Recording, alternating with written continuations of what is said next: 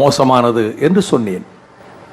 ஒரு ஒரு அணு அளவு கூட அண்ணன் கலைஞரையோ அவர்கள் பிறந்த குலத்தையோ நான் நினைக்கவே இல்லை. ஆனால் எங்கள் குலத்தைத்தான் சொன்னார்கள் என்று அவர்கள் என்னை பழிக்க ஆரம்பித்தார்கள். நான் ஒவ்வொரு தொழிலாக சொல்லி வரும்போது இசைத்தொழில் நாதஸ்வரம் என்று சொன்னது அது உயர்ந்த கலை என்று தான் சொன்னேன். அதுவும் தவறாக பொருள் கொள்ளப்படும்படி ஆகிவிட்டது. நான் நியாயப்படுத்தவில்லை. நான் நாதஸ்வரம் என்று சொன்னது தவறான நோக்கத்தில் அல்ல என்று அதனை நான் நியாயப்படுத்த விரும்பவில்லை. தவறுதான் அந்த வார்த்தையை பயன்படுத்தியது. அண்ணன் கலைஞர் அவர்கள் என்னை நன்றாக அறிவார்கள். நான் சாதி உணர்களுக்கு அப்பாற்பட்டவன். நான் பெரியார் பெயரை உச்சரிக்கிற தகுதி உள்ளவன், அண்ணா பெயரை உச்சரிக்கிற தகுதி உள்ளவன். என்னை மன்னித்துக் கொள்ளுங்கள் என்று கேட்டேன். அதன் பிறகு 3 நாள் தெரு தெருவாக அவரது மகன் திருவாளர் ஸ்டாலின் உத்தரவின் பேரில் தமிழகத்தில் 1000 இடங்களில் என் குடும்பாவிகள் கொளுத்தப்பட்டன. நான் வருத்தப்படலை. ஏன்? பாடை கட்டி தூக்கி கொண்டு போய் எரித்தார்கள். ஒரு நாள் என்னையும் பாடை கட்டி தூக்கி கொண்டு போகிறார்கள். அது இனி 5 வருஷமா 7 வருஷமா 10 வருஷமா 15 வருஷமா எனக்கு தெரியாது. அது சஸ்பென்ஸ். இறந்த பிறகு என்னை எரிக்கப் போகிறார்களா புதைக்கப் போகிறார்களா என்று இந்த உடலுக்கும் தெரியாது, மனதுக்கும் தெரியாது. அதனால் நான் அதை பற்றி வருத்தப்படவில்லை. ஆனால் மேலும் எங்கள் கட்சி தோழர்கள் வீட்டை தாக்கினார்கள். நெய்வேலியில் எங்கள் கழகத்தின் உயிரான கண்மணி வீட்டை தாக்கி வீட்டு வாசலில் திமுக கொடியை நட்டுவிட்டு போனார்கள். பெரியார் உழவிய ஈரோட்டு மண்ணில் எங்கள் மாவட்ட கழக அலுவலகம் அரும்பாடுபட்டு கணேசமூர்த்தி கட்டி எழுப்பிய அண்ணா அறிவகத்தின் மீது கல்வீசி தாக்கினார்கள். நான் சொன்னேன், என்னை உயிரோடு எரித்தாலும் நான் உங்களை எதிர்க்கப் போவதில்லை. ஆனால் என் கட்சி தொண்டன் மீது துரும்பு விழ நான் அனுமதிக்க மாட்டேன். எங்கள் கட்சி அலுவலகத்தை தாக்குவதை நான் அனுமதிக்க மாட்டேன் என்று அறிக்கையை நடந்து கொண்டே நான் அலைபேசியில் டிக்டேட் செய்ய செய்ய தம்பி இளங்கோ அதை தட்டச்சு செய்து கொண்டிருந்தார். அருணகிரி வேறு வேலையாக இருந்ததால் அப்பொழுது அந்த பார்க்கிலே நடந்து கொண்டே, இதன் பழக்கம், நடந்து கொண்டே தான் டிக்டேட் பண்ணுவேன், நடந்து கொண்டே தான் படிப்பேன் பள்ளிக்கூடத்தில் இருந்த காலத்திலிருந்து. அப்பொழுது ஒரு 10-15 சிறு பிள்ளைகள் அங்கே விளையாடி கொண்டிருந்தார்கள். நான் இந்த அறிக்கையை ஃபோனில் டிக்டேட் பண்ணி வாசித்து முடித்து விட்டு, நீ பிரிண்ட் பண்ணி கம்ப்யூட்டரில் போட்ட உடனே எனக்கு காப்பி அனுப்பு பிரசாந்துக்குன்னு சொல்லிட்டு அந்த 10-15 பிள்ளைகள் இருக்கிற இடத்துக்கு போய், இதே நேரம் தான் மணி ஒரு அதில் 10:30 மணி. என்னப்பா இன்றைக்கி என்னப்பா பள்ளிக்கூடம் இல்லை, எனக்கு லீவுன்னாங்க. சரிப்பா என்ன விளையாடுறீங்கப்பாண்ணே? நாங்கள் பல்ட்டி அடிக்கிறோம். நாங்கள் பல்ட்டி அடிக்கிறீங்களா? எப்படி பாடின? அடிச்சாம பாருங்க பல்ட்டி, சைனீஸ் அக்ரபெட்டிக்ஸ் ஒலிம்பிக்கில் அடிக்கிற மாதிரி அடிக்கிறான். அப்படியே அப்படியே மாறி மாறி மாறி பல்ட்டி அடிக்கிறான். எல்லாம் சின்ன சின்ன பிள்ளைகள். எப்பா இது எங்கப்பா படிச்சிங்க? என்ன இங்கே ஒரு வாத்தியார் சொல்லி கொடுக்குறாரு. ஏழை வீட்டு பிள்ளைகள், குப்பத்து பிள்ளைகள், சேரி பிள்ளைகள், நடுத்தர குடும்பத்து பிள்ளைகள். நான் நினைச்சேன், நம்ம நாட்டில் ஸ்போர்ட்ஸை ஒழுங்காக சொல்லி கொடுத்தா உலகத்தில் முதல் இடத்துக்கு தமிழ்நாடு வரலாம். ஸ்போர்ட்ஸ்லையும் பாலிடிக்ஸ் இருக்கு. எனக்கு ரொம்ப பிள்ளைகள்கிட்ட உடனே எல்லாம் ஃபோட்டோ எடுத்தாங்க.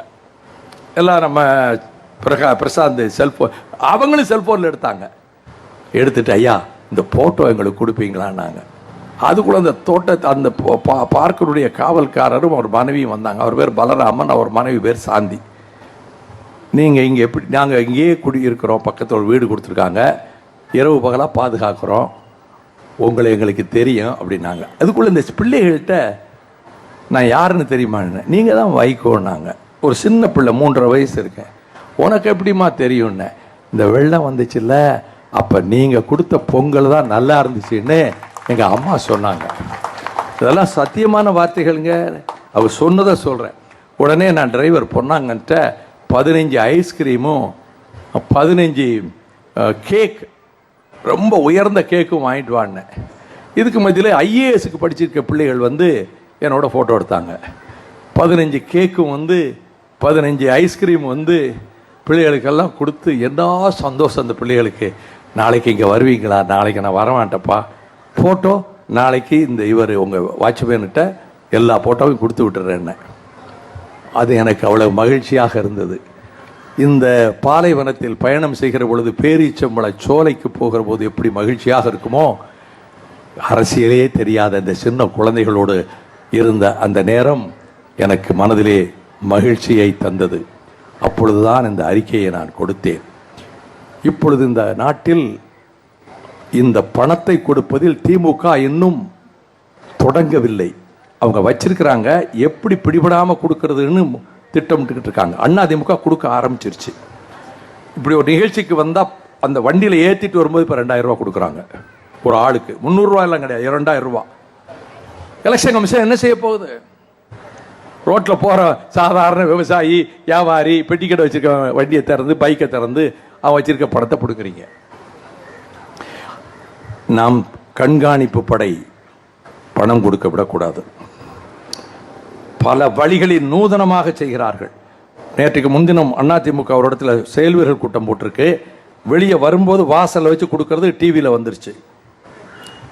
இதை நாம் தடுக்க வேண்டும். இல்லாவிட்டால் ஏழை மக்கள் வீட்டுக்கு ஓட்டுக்கு 1000 என்றால் 10 ஓட்டுக்கு 10,000. 10,000-ஐ ஒரே நேரத்தில் பார்க்காத அந்த ஏழை குடும்பத்தின் வறுமை அந்த ஓட்டை கொண்டு போய் சேர்க்கிறது. ஆகவே இது ஒரு ஜீவ மரண போராட்டம். ஜனநாயகத்துக்கும் பணநாயகத்துக்கும் இடையிலே நடைபெறுகிற ஒரு ஜீவ மரண போராட்டம். இந்த போராட்டத்திலே நாம் ஜெயிக்க வேண்டுமானால் தோழர்களே, 6 கட்சி தோழர்களும் இரவு பகலாக வாக்குப்பதிவு வரை நீங்கள் பாடுபட வேண்டும், இணைந்து பாடுபட வேண்டும். இந்திய கம்யூனிஸ்ட் கட்சி தோழர் ஒருவர் தாக்கப்பட்டால் 5 கட்சி தோழர்களும் அங்கே போய் நிற்க வேண்டும். தேமுதிக தோழருக்கு பிரச்சனை என்றால் மற்ற 5 கட்சி தோழர்களும் அங்கே போய் நிற்க வேண்டும். ஓட்டு கேட்டு போகும்போது குடிச்சிட்டு யார் வந்தா அது நம்ம ஓட்டை கெடுக்கும். ஓட்டு கிடைக்காது, கிடைக்கிற ஓட்டு போயிடும். மதுவை ஒழிப்பதாக சொல்லிவிட்டு யாருக்காவது பழக்கம் இருந்தால் அவனை கூட்டிட்டு போகாதீங்க. ஊழலை ஒழிப்போம், நாங்கள் ஆட்சிக்கு வருவோம், லோக் ஆயுக்தா சட்டத்தை கொண்டு வருவோம்னு காலையில் ஒருவர் சொன்னதை டிவியில் அவர் வேன் மேலே ஏறி நின்று பேசுகிறார். லோக் ஆயுக்தா சட்டம்னா என்னன்னு அவருக்கு தெரியாது. இத்தனை ஆண்டுகள் ஊழலில் கொள்ளையடித்தவங்க அதை சொல்கிறத யாரும் நம்ப மாட்டாங்க. நாங்கள் கொண்டு வருவோம். அதிமுக மந்திரிமார்கள், மாவட்ட செயலாளர்கள் திரட்டிய சொத்துக்களை கைப்பற்றி பகிரங்க ஏலம் போட்டு மக்கள் சொத்தாக்குவோம். திமுக லேண்ட் கிராபர்ஸ், நிலத்தை அபகரித்தவர்கள், நிலங்களை பறித்தவர்கள். எல்லா திமுகவும் அல்ல, நல்ல தொண்டர்கள் இருக்கிறார்கள் 2 கட்சிகளும். மந்திரிகள், மாவட்ட செயலாளர்கள், பகுதி கழகத்தை நடத்தியவர்கள், அதிலும் யோக்கியமான சில பகுதி செயலாளர்கள் உண்டு. அவர்கள் ஏன் ஒரு தொகுதிக்கு 5 கோடி செலவழிக்கிறாங்க? நாங்கள் இப்போ வேட்பாளர்கள் நேற்று நேர்காணல் நடந்தது. யார்கிட்டையாவது நீ எவ்வளவு பணம் கட்டுவ கேட்டோமா? எவ்வளவு பணம் டெபாசிட் பண்ணுவீங்கன்னு கேட்டோமா? கட்சி ஆரம்பித்ததுலேருந்து நாங்கள் கேட்டது கிடையாது. கட்சிக்கு வர்ற நிதியை சமமாக பங்கு வச்சு கொடுத்துருவோம். அவங்க நடுத்தர குடும்பம், முடிஞ்சது செலவழிப்பாங்க. ஆனால் ஒரு தொகுதிக்கு 7 கோடி 8 கோடி செலவழித்து டெபாசிட் பண்ண வர்றான்னா 15 கோடி சம்பாதிக்கலான்னு தான். இதை எதிர்த்து போராடுவது சாதாரண காரியம் அல்ல. அதே நேரத்தில் நாம் ஆட்சிக்கு வந்து வேலையில்லா திண்டாட்டத்தை போக்க முதல் வேலையாக +2, ITI, டிப்ளமோ, பிறகு டிகிரி, MCA, BE, ஒவ்வொரு கேட்டகரி வாய்ஸாக அவங்களுக்கு மாத நிவாரண உதவித்தொகை, நிதி உதவி நாங்கள் கொடுப்போம். கல்வி கடனை நாங்களே கட்டுவோம். கல்வி கடன் வாங்குறாங்கள பேங்க்ல, அது அரசாங்கமே கட்டும். வேலையில்லா திண்டாட்டத்தை போக்க திட்டமிட்டு நாங்கள் பல காரியங்கள் வைத்திருக்கிறோம், அதை செய்வோம். சிறு வணிகர்களுக்கு சொல்லுகிறேன், முன்னைய மத்திய சர்க்காரும் சரி, மோடி சர்க்காரும் சரி, சில்லறை வியாபாரத்தை நீ அழிச்சிரும். வால்மார்ட்டுகள் தான் வரும். அண்ணன் வெள்ளையன் தான் சரியா சொல்றார். அவர் சொல்றதை 100க்கு 100 நாங்கள் ஆதரிக்கிறோம். உலக வர்த்தக ஒப்பந்தத்திலிருந்து இந்தியாவை வெளியேற வைக்க நாங்கள் எல்லா முயற்சிகளும் எடுப்போம். ஸ்டேட்டுக்கு பவர் இல்லைம்பாங்க, குடுமி பிடிச்சு ஆட்டுவோம் மத்திய சர்க்கார. மீனவர் வாழ்வு இனிமே போய் கெஞ்சிக்கிட்டு இருக்க வேண்டிய நிலைமை வராது. நாங்கள் ஆட்சிக்கு வந்த பிறகு சிங்களத்துக்காரன் அடிக்கிறானா, சிங்களத்துக்காரன் கூட்டம் சண்டை போக வேண்டாம், மத்திய சர்க்கார்ட்ட போவோம். எதுக்கு நீ எங்கள் வரி பணத்தில் கடல் பட வச்சுருக்க? சிங்களத்துக்காரனோட கும்பாளம் போட்டு குடிச்சு கூத்தடிச்சு எங்களை கொல்றதுக்கா நீ இந்திய கடல் படைய வச்சிருக்கிற? நாங்கள் ஒரு தமிழன் மீனவருக்கு கூட ஒரு துன்பம் ஏற்பட அனுமதிக்க மாட்டோம். 2012 எலெக்ஷனில் நாங்கள் நிற்கலை. அங்கே தங்கச்சி மடத்தில் 4 மீனவர்களை 5 மீனவர்களை வெட்டி கொண்டு ரோடு கடலில் போட்டு போயிட்டான் சிங்களத்துக்காரன். எந்த கட்சியும் போகவில்லை, ஓட்டு வேட்டையாடி கொண்டார். அடியேன் தான் சென்றேன் வீடு வீடாக. அந்த மீனவ மக்களை பாதுகாப்போம், அவர்கள் கோரிக்கைகள் அனைத்தையும் நிறைவேற்றுவோம். அரசு ஊழியர்களே, பசப்பு வார்த்தைகளில் ஏமாந்து விடாதீர்கள். அண்ணா திமுக திமுக பசப்பு வார்த்தைகளில். நாங்கள் ஆட்சிக்கு வருவோம், பழைய ஓய்வூதிய திட்டத்தை நிறைவேற்ற என்ன வழி இருக்கிறது என்று எங்களுக்கு தெரியும். அதை போலத்தான் விவசாய பெருமக்களே, விவசாய சங்கங்களின் கூட்டமைப்பின் அனைத்து கோரிக்கைகளிலும் எங்கள் அணி ஏற்றுக்கொள்கிறது. அதை ஏற்றுக்கொண்டு நான் அறிக்கையை தரவும் தயாராகிவிட்டேன். நீங்கள் விவசாய போராட்டம் அறிவித்தீர்கள். இதே போல நெருப்பு வெயிலில் ரயில்வே ஸ்டேஷனுக்கு வெளியே 1000 போலீசாரை போட்டிருந்தாங்க. நான் ஒரு ஒற்றையடி பாதையாக உள்ளே வந்து ரயில்வே தண்டவாளத்தில் உட்கார்ந்து போராட்டம் நடத்தினேன் விவசாயிகளுக்காக. காரணம், நான் ஒரு நொறுங்கி போன விவசாய குடும்பத்தை சேர்ந்தவன். விவசாயிகள் கடன்கள் அனைத்தும் ரத்து செய்யப்படும். எல்லா கடனும், கூட்டுறவு கடன், தேசிய வங்கி கடன், நிதி நிறுவன கடன், கந்துவட்டி கடன், ஜப்திங்கிற பேச்சுக்கு இடம் இருக்காது. தெலுங்கானாவும் ஆந்திரமும் எதை செய்ததோ அதை விட இன்னும் திருத்தமாக செய்வோம். தமிழக வாழ்வாதாரங்களை காப்போம். மீத்தேன், ஷேல் கேஸ் உள்ளே நுழைய விடமாட்டோம் சொல்லும் தகுதி அடியனுக்கு உண்டு. முல்லை பெரியார் உரிமை காப்போம். இன்னும் கேரளம் அணைகட்ட துடிக்கிறது. மத்திய சர்க்கார் வஞ்சகம் செய்கிறது. நம் உயிரான காவிரிக்கு குறுக்கே இன்னும் 2 அணைகட்ட கர்நாடகம் திட்டம் போட்டு விட்டான். மேட்டூருக்கு சொட்டு தண்ணீர் வராது. தமிழகம் எதியோப்பியாவாக மாறும், பஞ்ச பிரதேசமாகும், பாலை வனமாகும். அணைகட்ட அனுமதித்து விட்டால், இதை மத்திய அரசு தடுக்காவிட்டால் நாங்கள் ஏன் இந்தியாவில் இருக்க வேண்டும்? ரைப்பேரியன் ரைட்ஸ் உலகம் அங்கீகரித்திருக்கிற எங்கள் உரிமைகளை அண்டை மாநில அரசு பறிக்கிற போது சோழ மன்னர்கள் காலத்தை போல, நாயக்க மன்னர்கள் காலத்தை போல படையெடுத்து சென்று நாங்கள் என்ன மோதவா போகிறோம்? காலம் மாறிவிட்டது. அன்று படையெடுத்து சென்று அவர்கள் அணைகளை உடைத்தார்கள் சோழ மன்னர்கள், நாயக்க மன்னர்கள். இன்றைக்கு நாங்கள் இந்தியாவோடு இருப்பது அவசியமா என்று கேட்போம். கூட்டணியில் எல்லோருக்கும் அந்த கருத்து இல்லாமல் இருக்கலாம். இது மறுமலர்ச்சி திமுகவின் கருத்து. இந்த கருத்து என்னுடைய கருத்து. எதிலே உடன்பட முடியுமோ அதில் நாங்கள் உடன்படுவோம். கம்யூனிஸ்டுகளோடு சுதந்திர தமிழீழம் மார்க்சிஸ்டுக்கு எங்களுக்கும் ஒத்து வராது. இந்திய கம்யூனிஸ்டுக்கு எங்களுக்கு ஒத்து வரும்.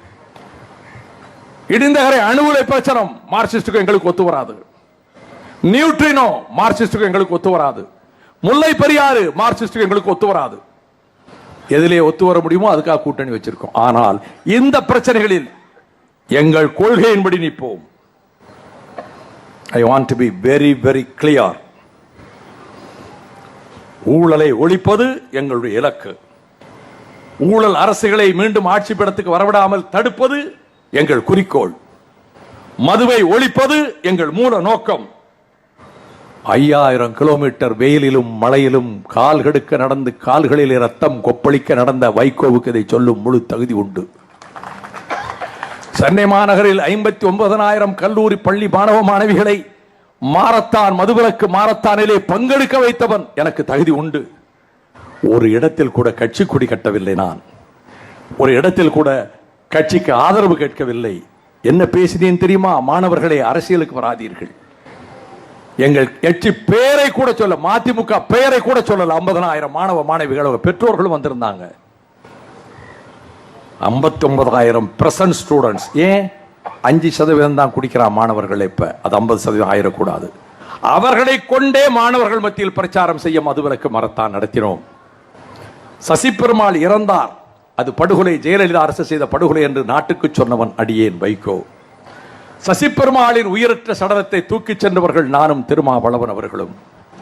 சசி பெருமாள் இறந்ததற்கு பிறகு பந்த் அறிவித்தோம். திமுக பந்தை உடைக்க, அதிமுக பந்தை முறியடிக்க முயற்சித்தது. ஆனால் நாட்டு வணிக பெருமக்கள் வெள்ளையன் உட்பட ஆதரவு தந்தார்கள். விக்கிரமராஜா எதிர்த்தார். டாஸ்மாக் கடையை ஒழிக்க வேண்டும் தாய்மார்களே என்றேன். என்னை பெற்ற தாய் 99 வயது நிறைவடைகிற தருவத்தில் நாற்காலில் உட்கார வைத்து தூக்கு கொண்டு போய் டாஸ்மாக் கடைக்கு முன்னால் உண்ணாவிரதம் இருந்தார். அவர் உயிருக்கு ஆபத்து என்று நான் ஓடோடி சென்றேன். 10,000 பேர் திரண்டார்கள். ஜெயலலிதா அரசு ஆணவத்தோடு திமிரோடு டாஸ்மாக் கடை அடைக்க சொல்ல, இவன் யார், இவன் தாயார், மாரியம்மாள் யார், என் போலீஸ் இருக்கிறது என்று 500 போலீஸை கொண்டு வந்து குவித்தார்கள். நாங்கள் போராடினோம். சொந்த ஊரிலேயே டாஸ்மாக் கடை அடைக்க முடியாதவன், கூரை மீது ஏறி கோழி பிடிக்க முடியாதவன், வானத்தை கிழித்து வைகுந்தத்தை காட்டுவேன் என்பதை போல வைகோ வாய்ஜாலம் காட்டுகிறான் என்று கிண்டல் செய்வார்கள் என்பதால் என் ஊரில் சாராய கடை அகற்றாமல், டாஸ்மாக் கடை அகற்றாமல் இது பேச எனக்கு தகுதியில் என்று முடிவெடுத்து எது நேரினும் இன்றைக்கு கடையை மூடச் செய்வதென்று போனோம். நாங்கள் தாக்கப்பட்டோம். என் தம்பி தடியடிக்குள்ளானான். எங்கள் நிஜாம் கை ஒடிந்தது. மாநகர் மாவட்ட செயலாளர் ரத்தம் சிந்தினார்கள் என் தோழர்கள். ஆனால் லத்தி கம்புகள் பிடுங்கப்பட்டன. போலீஸ் ஓடியது 300 கஜம், 500 போலீஸ் ஓடினாங்க. கடை உடைத்து நொறுக்கப்பட்டது. உடைத்து நொறுக்கி ரோட்ல போட்டாங்க. எல்லாம் அமைதியானது. நாங்கள் தரையில் உட்கார்ந்திருந்தோம். எங்களை நெருங்கி வைந்து போலீசார் என்னை கைது செய்ய வேண்டும் என்று கூப்பிட்டார்கள். நான் வரமாட்டேன் என்றேன். நான் வேன் மீது ஏறி நின்று அமைதியாக இருங்கள், போராட்டம் முடிந்து விட்டது என்றேன். நெருங்கி வந்து கண்ணீர் புகை குண்டுகள் வீசினார்கள். என் தம்பி மீது கண்ணீர் புகை குண்டு விழுந்து இன்னைக்கும் காயம் இருக்கிறது, தழும்பு இருக்கிறது. என்னை நோக்கி 7 குண்டுகள் வீசினார்கள். நான் வேனின் உயரத்தில் தனியாக நிற்கிறேன், கூட யாரும் கிடையாது. நான் நினைத்தால் வேனுக்குள் உட்கார்ந்து என்னை காப்பாற்றிக் கொள்ளலாம். ஆனால் அந்த வேனில் மேலே நின்றேன். வேன் மீது கொஞ்சம் வர்றவங்களும் வரக்கூடாது, அங்கே நிற்கணும். இதெல்லாம் செய்யக்கூடாது. தொண்டர்படை சிவாஜி அவர் மாதையன் வந்தா பேசி முடிச்ச பிறகு கூட்டிட்டு வாங்க, அதுக்காக அவசரப்படுறீங்க. அவர் நேரத்துக்கு கட்சி விட்டு போறேன்னு அறிக்கை விட்டாரு. இப்ப கூட்டிட்டு வந்திருக்கீங்க, வந்து மேடையில் கடைசி ஆயிரட்டும், குறுக்க வரக்கூடாது. அவர் ஏன் ராஜினாமா பண்றேன்னு அறிக்கை விட்டாரு? அவர் மாவட்டத்துக்கு சீட்டு கொடுக்கலன்னு அறிக்கை விட்டார். நான் வெளிப்படையா சொல்றேன், பிரஸ் இருக்கிறதுனால. அந்த மாவட்டத்தில் இவர் தனக்கு சீட் கேட்கல. மாதையன் அவர் தனக்கு சீட் கேட்கவில்லை. அந்த மாவட்டத்தில் உள்ள பாலமுரளி என்கின்ற ஒன்றிய செயலாளருக்கு வேப்பனஹள்ளி தொகுதியை கேட்டார். பேச்சுவார்த்தையில் 27 தொகுதி தானே, ஒரு தொகுதி தமிழர் முன்னேற்ற படைக்கும் வீரலட்சுமிக்கும், ஒரு தொகுதி தமிழ் புலிகள் கட்சி நாகை திருவள்ளுவர் கட்சிக்கும் கொடுக்கப்பட்டு விட்டது. மிச்சம் இருப்பது 27. நமது மொத்த கட்சி மாவட்டங்கள் 45. நான் 50 தொகுதிகள் வாங்கியிருந்தால் நீங்கள் கோபப்படலாம். நான் வாங்கியிருப்பதே 27 தொகுதி. அங்கே ஆற்காடு உதயகுமார் கேட்கிறார். எங்கள் ஆட்சி மன்ற குழு உறுப்பினரும் மேலூர் மாநகர மாவட்ட செயலாளருமான தியாகி வேலூர் சுப்பிரமணி 1.25 வருஷம் ஜெயில் வாசல்ல காலையிலிருந்து ராத்திரி வரை கடந்தவர். அவர் எனக்கு தடவை நிக்கலன்னு மற்றவங்களுக்கு கொடுங்கன்னார். அந்த பாலமுரளிக்கு கொடுக்கல என்பதற்காக இவர் நான் கட்சியை விட்டு ராஜினாமா செய்கிறேன்னு நாங்கள் தொகுதி அறிவித்த 1 மணி நேரத்துக்குள் தெரிவித்தார். நேற்று இரவு மல்லை சத்யா அவரிடம் பேசிய போது உணர்ச்சி வசப்பட்டு நான் ராஜினாமா செய்து விட்டேன் என்று கண்ணீர் விட்டு அழுதார். நான் போனை வாங்கினேன். என்ன தம்பி, செஞ்சி ராமச்சந்திரன் போனப்போ உங்களை கூப்பிட்டாங்க, நீங்க போகல. மாசிலாமணி போனப்போ கூப்பிட்டாங்க, போகல. 22 வருஷம் கூட இருந்துட்டு ஒன்றிய செயலாளருக்கு சீட்டு கொடுக்கலன்னு நீங்க கோவிச்சு போனா என்ன? நீங்க சீட்டு கேட்டு கொடுக்கலனாலும் பரவாயில்ல, ஒரு ஒன்றிய செயலாளருக்கு கொடுக்கல, நீங்க ரிசைன் பண்ணி தமிழ்நாடு பூரா பத்திரிகையில் வந்திருக்கேன், மன்னிச்சுக்கிடுங்க. என்ன மன்னிக்க வேண்டாம், நீ உழைச்சவன், பாடுபட்டவன், வருத்தப்பட வேண்டாம், அழ வேண்டாம். நாளை காலைல வாங்க அண்ணா நகர் கூட்டத்துக்கு சொன்னேன். வந்திருக்கிறார். அவர் இங்க மேடையில் வந்து உட்காரட்டும். அவர் மட்டும் வரட்டும், கூட யாரும் வரக்கூடாது. வந்து சால்வையெல்லாம் போடக்கூடாது, போல உட்காரணும். அவருக்கு ஒரு சேர் முன்னாடியே போடுங்க. அவர் ஒரு வழக்கறிஞர், MABL, 22 வருஷமா கட்சிக்கு உயிரா இருக்கிறார். வாங்க வாங்க, போடுங்க போடுங்க.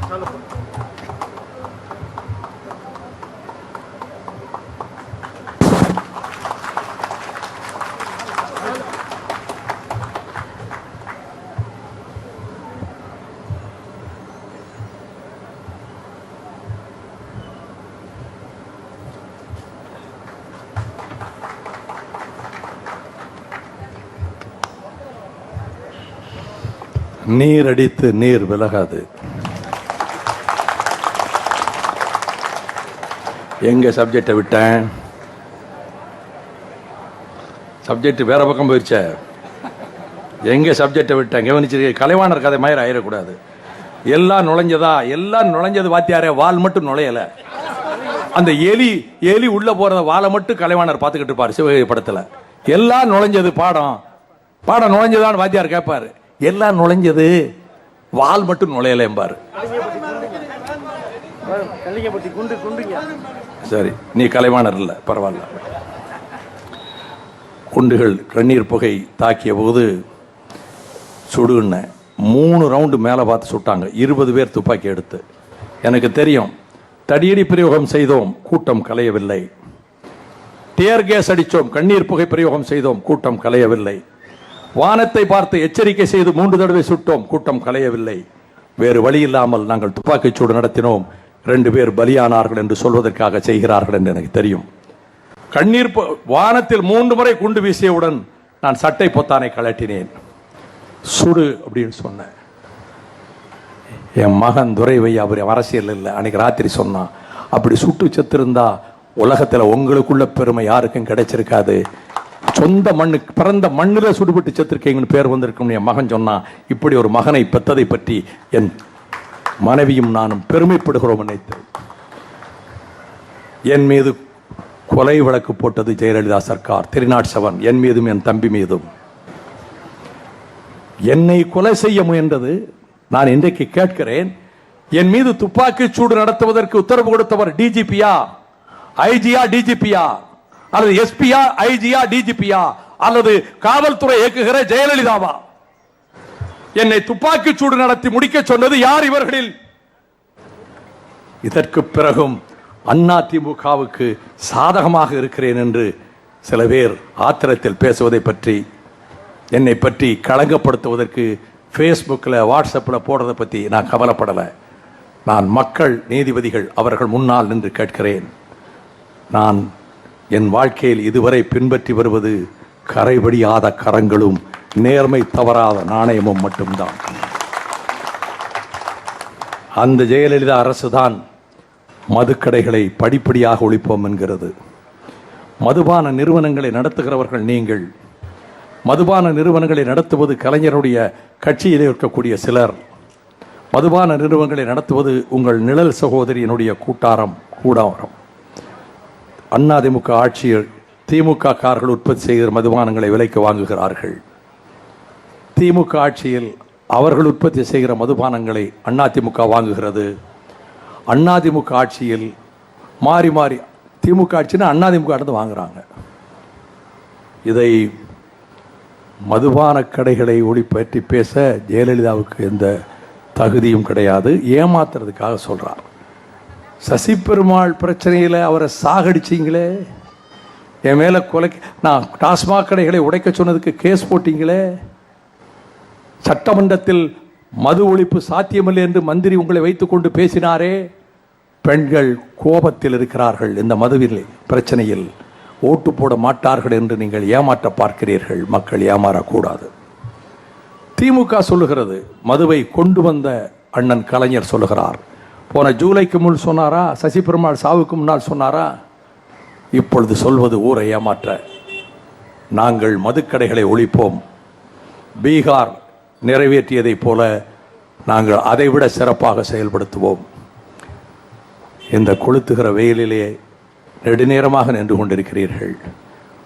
இந்த சுற்றுப்பயணம் மக்களை சந்திக்கிற பயணம். எல்லா முக்கியமான பிரச்சனைகளிலும் நாங்கள் தெளிவாக இருக்கிறோம். மது ஒழிப்பு, ஊழல் ஒழிப்பு 2 தான் இதிலே எடுத்து வைக்கிற மூல முழக்கம். கூட்டணி ஆட்சி, கோலிஷன் கவர்மெண்ட், கடிவாளங்களும் வேகத்தடைகளும் உள்ள ஆட்சி முதலாக நிறைவேறப் போகிறது. மொத்த சீட்டு எத்தனை தெரியுமா? 234. தேமுதிக போட்டியிடுகிற இடத்துல தெரியுமா? 104. மக்கள் நல கூட்டணி போட்டியிடுகிற இடம் தெரியுமா? 104. ஈக்குவல் 104. தமிழ் மாநில காங்கிரஸ் கட்சி போட்டி போடுறது 26. இப்பொழுது கிளைமாக்ஸ்க்கு வரேன். நீங்கள் இவ்வளவு நேரம் காத்துக்கிட்டு இருக்கதே இந்த கேண்டிடேட்டு வேட்பாளர் பட்டியலுக்காக. இல்லாட்டி வெயிலில் கொஞ்சம் ஒதுங்கியிருப்பீங்க. இன்னும் காக்க வைக்கக்கூடாது உங்களை. இந்த 29 தொகுதிகளின் வேட்பாளர் பட்டியலை அறிவிக்கிறேன். திருப்போரூர் போட்டியிடுவது பம்பரம் சின்னம். வேட்பாளர் மல்லை சத்யா, துணை பொதுச் செயலாளர். காரைக்குடி போட்டியிடுவது பம்பரம் சின்னம். வேட்பாளர் புலவர் அரசியல் துணை பொதுச் செயலாளர் மல்லை சத்யா. இங்கு அரசியல் ஆலோசனை குழு செயலாளரும் சிவகங்கை மாவட்ட செயலாளரும் 19 மாதம் விடுதலை புலிகளை ஆதரித்ததற்காக புடா கைதியாக இருந்த என் தியாக வேங்கை புலவர் செவந்தியப்பன். அவங்கள மறைக்காதீங்க, அவங்க கேமரா, அவங்க பின்னாடி இருக்க கேமரா மறைக்குது இல்லை, கொஞ்சம் ஹெல்ப் பண்ணுங்க, கொஞ்சம் ஹெல்ப் பண்ணுங்க, அவங்க கிடைக்க மாட்டேங்கல்ல. ஆலங்குடி முன்னாள் மாநில அமைச்சரும் இந்நாள் வரை எனக்கு உயிருக்கு உயிராக இருக்கிற உயர்நிலை குழு உறுப்பினரும் புதுக்கோட்டை மாவட்ட செயலாளருமான அருமை சகோதரர் டாக்டர் சந்திரசேகரன் பிபிஎஸ்சி. செஞ்சி உயர்நிலை குழு உறுப்பினரும் விழுப்புரம் மாவட்ட செயலாளருமான உயிர் தம்பி AK மணி. சங்கரன் கோவில் என் சொந்த தொகுதி, என் கிராமத்தை உள்ளடக்கிய தொகுதி. 46 வருடங்களாக எனக்கு உற்ற தம்பியாக இருக்கிற டாக்டர் ஆட்சி மன்ற குழு உறுப்பினர் டாக்டர் சதன் திருமலைக்குமார் MBBS. சிங்காநல்லூர் எங்கள் கட்சியை விட்டு அவைத்தலைவர் பொருளாளராக பின்னர் அவைத்தலைவராக இருந்து மத்திய மந்திரி பதவியும் அனுபவித்துவிட்டு என் முதுகில் குத்திவிட்டு போனாரே அண்ணன் கண்ணப்பன், அவருடைய சொந்த மருமகன் இந்த 22 ஆண்டுகளாக கட்சிக்கு கைமாறுகதாது உதவுகின்ற ஆடிட்டர் அர்ஜுனராஜ் அரசியல் ஆய்வு மைய உறுப்பினர். குளச்சல் கூட்டுறவு தந்தையான ராமச்சந்திர நாடார் அவர்களின் அருமை மகனும் இதற்கு முன்னைய தேர்தல்களில் அதிக வாக்குகளை நம் கட்சிக்கு பெற்று தந்தவருமான என்னுடைய உயிர் சகோதரர் வழக்கறிஞர் சம்பத் சந்திரா BA LLB. திருச்சி கிழக்கு கட்சிக்கு சீதக்காதியாக இருந்து உதவிய பொறியாளர் ஷேக் முகமது அவர்களின் அருமை திருமகள் மனிதநேய டாக்டர். வெள்ளம் பாய்ந்த போது இந்த பகுதிகளிலேயெல்லாம் வந்து மருத்துவ முகாம் நடத்திய doctor Rohaya Sheikh Mohammed MBBS MD DGO. Nagercoil போட்டியிடுகிறவர் ஆசிரியை பணியில் இருந்து கட்சிக்கு அரும்பாடுபட்ட என் தங்கை திருமதி ராணி செல்வின் MA MA. அண்ணா நகர் இந்த தொகுதி, இதுதான் சஸ்பென்ஸ் இருக்கு. அண்ணா நகர் யார் துரோகம் செய்தால் என்ன அண்ணா, உங்கள் தங்கை நான் இருக்கிறேன் என்று பாடுபட்ட மகளிர் அணி மாநில துணை செயலாளர் சகோதரி திருமதி மல்லிகா தயாளன். தூத்துக்குடி ஸ்டெர்லைட் போராட்டத்திலும் சுற்றுச்சூழல் பாதுகாப்பு போராட்டத்திலும் போபால் கேஸ் ட்ராஜடிக்கு அங்கே போய் போராடிய பேராசிரியை, சுற்றுச்சூழல் பாதுகாப்பு வீராங்கனை.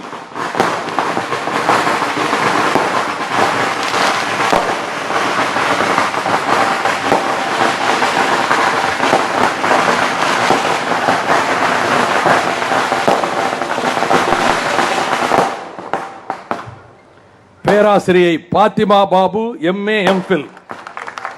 மதுரை தெற்கு விடுதலை புலிகளை ஆதரித்து 19 மாதம் என்னோடு சிறையில் இருந்த தியாக வேங்கை. ஆனமலை அடிவாரத்தில் தமிழகத்தை திகைக்க வைத்த மாநாட்டை நடத்தி காட்டிய என் உயிர் தம்பி மதுரை மாநகர் மாவட்ட செயலாளர் புதூர் பூமிநாதன். ஆற்காடு 22 ஆண்டுகளாக எனக்கு பக்கபலமாக இருக்கிற வேலூர் கிழக்கு மாவட்ட செயலாளர் ஆற்காடு உதயகுமார் BSc. பாளையங்கோட்டை மனிதநேய சேவை செய்தே அனைத்து மக்கள் அன்பை பெற்றிருக்கிற இந்த டாஸ்மாக் எதிர்ப்பு கலிங்கப்பட்டி போராட்டத்தில் போலீஸ் தடியடியில் கை எலும்பு முறிந்த கண்ணியத்துக்குரிய நெல்லை மாநகர் மாவட்ட செயலாளர் KMA நிஜாம். 1000 விளக்கு மத்திய சென்னை மாவட்ட பொறுப்பாளர் தம்பி ரெட்சன் அம்பிகாபதி. கிணத்துக்கடவு கழகத்தின் இளைஞரணி செயலாளர் பொறியாளர் ஈஸ்வரன் பி. ஆவடி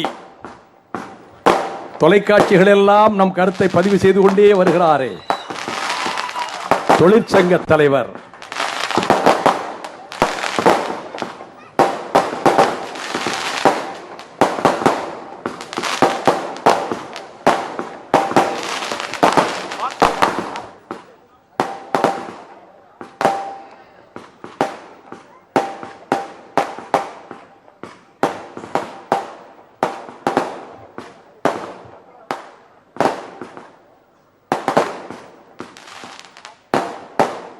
ஆவடி தொழிற்சங்க தலைவரும் மாவட்ட துணை செயலாளர் வழக்கறிஞர் அந்தரிதாஸ் MABL DPM. துறைமுகம் இஸ்லாமிய சமுதாயத்திலேயே தமிழகம் மதிக்கின்ற புகாரி குடும்பத்தைச் சேர்ந்த எங்கள் சிறுபான்மை பிரிவு செயலாளர் முராத் புகாரி BA. உசிலம்பட்டி ஜீவனை அடுத்து தொண்டர்படையை இயக்கி வருகிற அத்தனை நடைபயணத்திலும் எனக்கு மெய்காப்பாளராக இருந்து வருகிற தொண்டர்படை தலைவன் தம்பி பாஸ்கர சேதுபதி BA. சாத்தூர் சாஞ்சிக்கு சென்ற போது அனைவருக்கும் அரசாங்க உத்தியோகத்தில் இருந்த போதும் மருந்துகளோடு சொந்த செலவில் மருந்துகளோடு வந்து வைத்தியம் பார்த்த என் தம்பி doctor ATR Raghuraman MBBS.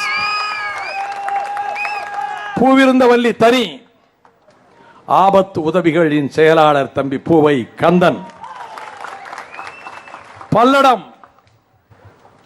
Tiruppur மாவட்ட துணை செயலாளர் தம்பி முத்துரத்தினம். ஈரோடு மேற்கு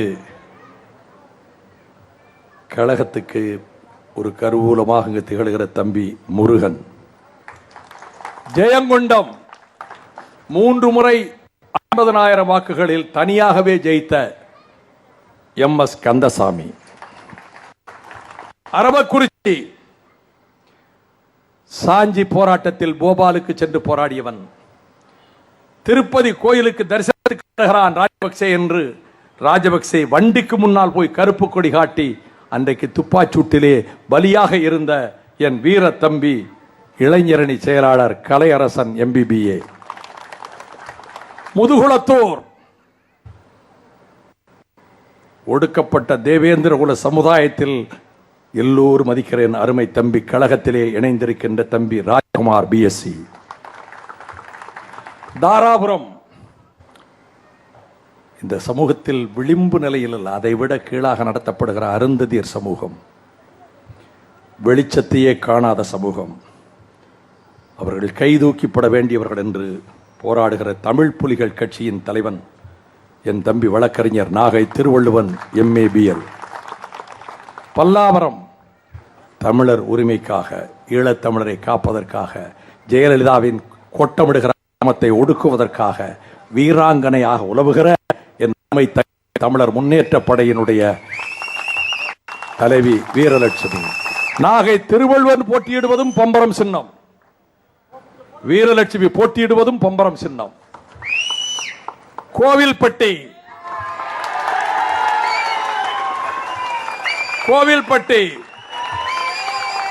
பொடா சிறையை விட்டு வெளியே வந்தபோது புல்லாரெட்டி அவென்யூவில் பிப்ரவரி 18 2004 வேட்பாளர் பட்டியலை அறிவித்தேன். 4 தொகுதிகளுக்கு. கடைசியாகத்தான் நான் சிவகாசியை அறிவித்தேன். இப்பொழுதும் அப்படித்தான். கோவில்பட்டி தொகுதி போட்டியிடுவது பம்பரம் சின்னம். அன்றைக்கு விண்ணெதிர கைதட்டினார்கள். ஆனால் அதற்கு பிறகு நான் அறிவித்ததிலே அதிர்ந்தார்கள். அதனால் இப்பொழுது பம்பரம் சின்னம் என்று சொன்ன பிறகும் யாரும் கைதட்ட தயாராக இல்லை. மீண்டும் நமக்கு அதே அதிர்ச்சியை தரப்போகிறேன். என்னைத்தான் உங்களுக்கு தெரியும் நான் என்ன செய்வேன்னு. கோவில்பட்டி போட்டியிடுவது பம்பரம் சின்னம். வேட்பாளர் அடியேன் வைகோ.